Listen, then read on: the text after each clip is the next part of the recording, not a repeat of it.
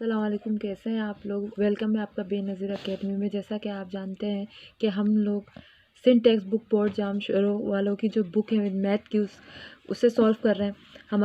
हमारा जो है हम चैप्टर नंबर 2 सॉल्व कर रहे हैं, जो है रियल नंबर्स। एक्सरसाइज 2.2 है, उसके जो है 3 क्वेश्चन है ए बी सी करके। तो हम लोग जो है ये बिल्कुल ईजी है, सारे एक ही तरीके से होंगे। तो कुछ क्वेश्चन सॉल्व कर रहे हैं।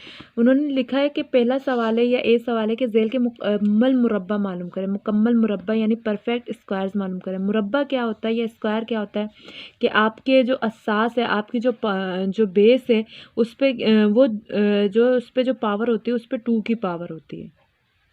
सही, यानी आप इस चीज़ को ऐसे भी लिख सकते हो, 5 पंजे 25। तो इसका आंसर आ जाएगा 25। सही। इसी तरह से 19 है। ये भी किस तरह हो जाएगा कि इस पे अगर स्क्वायर है, अगर इसका परफेक्ट स्क्वायर क्या है, इस पे 2 की पावर है, इस पे जो है 2 का कुव्वत नुमा, यानी आप इसको 19 मल्टीप्लाई बाय 19 लिखें। और जो इसका आंसर आएगा उससे आप कैलकुलेटर की हेल्प से और मल्टीप्लिकेशन की हेल्प से निकाल सकते हैं। तो ये आ जाएगा 361। इसी तरह से फिर 45 है। ये 45 है, इस पे भी क्या आ जाएगी, 2 की पावर आ जाएगी। और आप इसको इस तरह से भी लिख सकते हैं कि 45 मल्टीप्लाई बाय 45। तो 45 मल्टीप्लाई बाय 45 इक्वल्स टू 2025। और इसी तरह से ये भी 108 पे भी 2 की पावर आ जाएगी। फिर आप इसको 108 मल्टीप्लाई बाय 108 लिख सकते हो।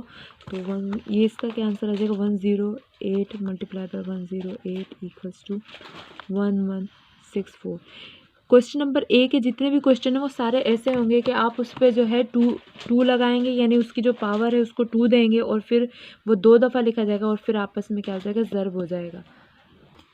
अब जो क्वेश्चन नंबर बी है 2.2 का, उसमें जो है आपने ये बताना है कि झेल के दरमियान मुकम्मल मुरब्बा मालूम करने, यानी अब ये जैसे ये 2 फिगर है 10 और 30, आपने ये देखना है कि इनमें वो कौन से डिजिट हैं जो परफेक्ट स्क्वायर होता है ना। तो आप इस तरह से किस तरह से आप 10, 11, 12, 13, 14, 15, 16 इस तरह से 30 तक की गिनती आ जाएगी। अगर मैं यहाँ लिखूँ, देखें 10, 11, 12, 13, 14, 15, 16 से। अब देखिए मैंने 10 से लेकर 30 तक की जो है काउंटिंग लिख ली है। अब इनमें से अगर मैं चेकआउट करूँ, देखें 11 किसी का भी परफेक्ट स्क्वायर नहीं है, ना 12 है, हाँ 16 है। आपको पता है जब 4 से ज़रब देते हैं तो हमारे पास क्या आ जाता है, हमारे पास 16 आ जाता है। इसी तरह से 25 है। सही। 25 जब हम 5 को 5 से ज़रब देते हैं तो हमारे पास क्या आ जाता है, 25 आ जाता है। सही। तो ये क्या होगा, ये 1 से लेकर 35 में 25 आ गया। अच्छा, अब आप किस तरह से आप इसे चेक कर सकते हैं, आप जो है आप इसको इस तरह से चेक कर सकते हैं कि आप इनका स्क्वायर रूट ले सकते हैं कैलकुलेटर की हेल्प से। ये देखें कि 10 अगर आप पहले आप इस तरह से कैलकुलेटर में इस तरह से स्क्वायर रूट दबाएं, 10 आ जाएगा। देखो कोई परफेक्ट स्क्वायर नहीं आ रहा। फिर इसी तरह से स्क्वायर रूट 11 करें, कोई भी परफेक्ट आंसर नहीं आ रहा। पर अगर आप देखें, आप क्या करते हैं, आप स्क्वायर रूट दबाते हैं और 16 प्रेस करते हैं तो आपके पास 4 आ जाएगा। तो इस तरह से आप मालूम कर सकते हैं। और इसी तरह से बाकी क्वेश्चन भी हो गए। अब क्वेश्चन नंबर 3। अब मैं इस क्वेश्चन में क्या करूँ, अगर पहले मैं 40 ही ले लेती हूँ। सही। 40 का मैं स्क्वायर रूट लेती हूँ, 40 का मैं स्क्वायर रूट लेती हूँ। तो देखें ये परफेक्ट स्क्वायर नहीं है, इसके बाद डेसिमल आ रहा है। 40 और 70 के बीच में सिर्फ और सिर्फ 49 और 64 ऐसे डिजिट्स हैं जो परफेक्ट स्क्वायर आ सकते हैं। सही। तो इस तरह के अंडर रूट करें और 49, तो ये 7 आ जाएगा। सही है, 7 आ जाएगा। और इसी तरह से अब आप भले कोई आप अंडर रूट 55 रख लेते हैं तो नहीं आ रहा। तो इस तरह से आप चेक करते हैं कि किस तरह का परफेक्ट स्क्वायर है। अगर आप इस तरह से स्क्वायर रूट रखें और डेसिमल में वैल्यू नहीं आती तो वो क्या होता है, वो एक परफेक्ट स्क्वायर होता है। आई एम रिपीटिंग, अगर आप किसी वैल्यू का स्क्वायर रूट लेते हैं और उसकी वैल्यू डेसिमल में नहीं आती, जस्ट लाइक कि अगर मैं क्या करूँ, ये देखिए मैं 64 का स्क्वायर रूट लेती हूँ, ये डेसिमल में नहीं आई है, तो ये क्या है, ये एक परफेक्ट स्क्वायर है। 2.2 का जो सी क्वेश्चन है ये तो बिल्कुल ईजी है। ये 7 देखें इसकी बेस है, असास है और 2 इसकी पावर है। इसका मतलब ये है कि आपने क्या करना है, सिर्फ 7 को 7 से ज़रब भी दे दें तो भी आपके पास 49 हो जाएगा।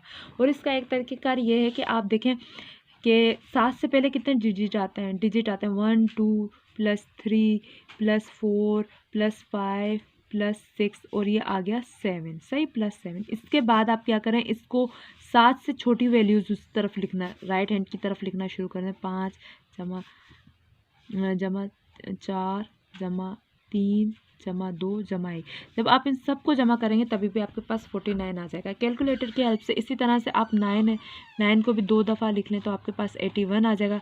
चाहे इस तरह से आप वैल्यू इसका इस तरह से बना लें कि आप 1 2 3 4 5 6 9 तक लिखें और फिर 9 से जो है लेस आने लग जाएं 8 7, तो इस तरह से भी आपके पास 81 आ जाएगा अगर आप उनकी एडिशन कर लेंगे। Thank you for watching. 2.1 exercise 2.1 का 8 क्लास की जो बुक है मैथमेटिक्स की 2.1 का जो बी क्वेश्चन है वो क्या है, identify the terminating and not terminating of rational number. कि आप जो है आइडेंटिटी शनाख्त करें कि कौन सा जो नंबर है, कौन सा रैशनल नंबर जो है मुख्ततम है और कौन सा गैर मुख्ततम है। इस पे टर्मिनेटिंग और नॉन टर्मिनेटिंग डेसिमल पे 7th क्लास में एक जो है बहुत लंबा चौड़ा सा एक चैप्टर है और हमने बहुत सारे क्वेश्चन उसमें से सॉल्व किए थे। एज अ रेफरेंस आप उन वीडियोस को भी देख सकते हैं। 7th क्लास का 4th चैप्टर है डेसिमल, उसके अंदर। अब मैं थोड़ी याद दहानी के लिए इसमें मैं कर रही हूँ। सही, देखिए पहला जो क्वेश्चन है वो 1/7 है, तो यानी ये डिनोमिनेटर है, ये नोमिनेटर है। तो डिनोमिनेटर जो है नीचे वाला जो है वो बाहर आएगा, वो डिवाइड करेगा, 1 अंदर चला जाएगा। अब देखें 1 जो है वो छोटा है और 7 बड़ा है, सही।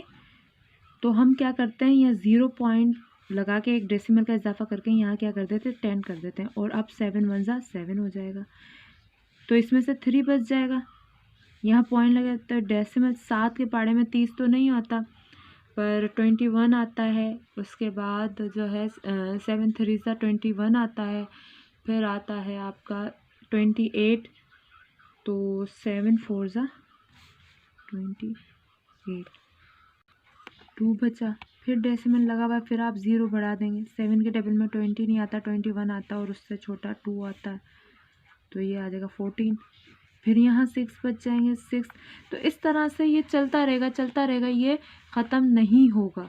सही, एक और मैं आपके लिए सॉल्व कर देती हूँ कि 7 के टेबल में 6 नहीं आता, डेसिमल लगा हुआ, 0 बढ़ा देंगे तो 60 भी नहीं आता है, और पर 60 से छोटा जो है आपके पास जो आता है वो आता है आपके पास 7 8 जा 56 से, फिर 4 बच जाएगा, फिर डेसिमल लगा 40। इस तरह से ये चलता जाएगा। और अभी हमने बताया कि डेसिमल के बाद अगर डिफरेंट डिजिट आ जाए, वैल्यू रिपीट ना हो रही हो, डिजिट रिपीट ना हो रही हो, तो ऐसी भी वैल्यू को, ऐसे भी रैशनल नंबर क्या होते हैं, गैर मुख्ततम होते हैं, नॉन टर्मिनेटिंग होते हैं। सही, now move to next question. अब ये नीचे वाला डिनोमिनेटर, ऊपर वाला नोमिनेटर, तो ये जो है 3 छोटा है और 4 बड़ा है। तो 3 के टेबल में तो मतलब 3 छोटा है और 4 बड़ा है, तो हम यहाँ क्या करेंगे, हम 3 1 सा 3 करेंगे तो आपके पास 1 बच जाएगा। तो अब ये 3 बड़ा हो जाएगा और 1 छोटा हो जाएगा, इसलिए आप यहाँ डेसिमल लगाएंगे या इशारे लगाएंगे तो ये 10 हो जाएगा। 3 3 सा 9 आ जाएगा, फिर ये 1 है, फिर छोटा हो जाएगा, फिर 10, यहाँ 3 लगाएंगे, फिर 9, सही। फिर जो है 3 9, पर यहाँ जो है देखें हम ये नहीं बता रहे कि रैशनल है कि इर्रेशनल है, यहाँ हम बता रहे हैं कि टर्मिनेटिंग है नॉन टर्मिनेटिंग। ये इसी तरह से चलता जाएगा, 3 9 3 9 चलता जाएगा। तो ये क्या है, एक नॉन टर्मिनेटिंग है, यानी गैर मुख्तम है, नॉन टर्मिनेटिंग है, सही, यानी गैर मुख्ततम है। सही, now move to next question number 3 है। 0 0 के नीचे क्या आएगा, यहाँ कुछ भी नहीं है तो इसके नीचे क्या होगा, 1 होगा। सही, अब आप जो है 1 बाहर रखेंगे, 0 अंदर रखेंगे। 1 का टेबल कितना पढ़ेंगे, आपके पास 0 आ जाए, तो आप 1 का टेबल 0 तक पढ़ेंगे तो आपके पास 0 आ जाएगा, तो ये ख़त्म हो जाएगा। तो ये क्या हो गया, एक मुख्ततम हो गया, एक जो है टर्मिनेटिंग वैल्यू हो गई। सही है, टर्मिनेटिंग वैल्यू हो गई। सही, नाउ मूव टू, यहाँ देखें 10 बड़ा 9 छोटा है, डिनोमिनेटर डिवाइड करता है बाहर। तो अब जो है आप क्या लगाएंगे, 0 लगा के यहाँ डेसिमल लगाएंगे और यहाँ 10 का टेबल जब आप 9 तक पढ़ेंगे तो आपके पास क्या आ जाएगा, 90 आ जाएगा और ये ख़त्म हो जाएगा। तो ये भी क्या हो गया, ये भी एक मुख्ततम टर्मिनेटिंग हो जाएगा। सही, इसी तरह से आप और क्वेश्चन ट्राई करें, ये सारे इसी मेथड से होंगे ना।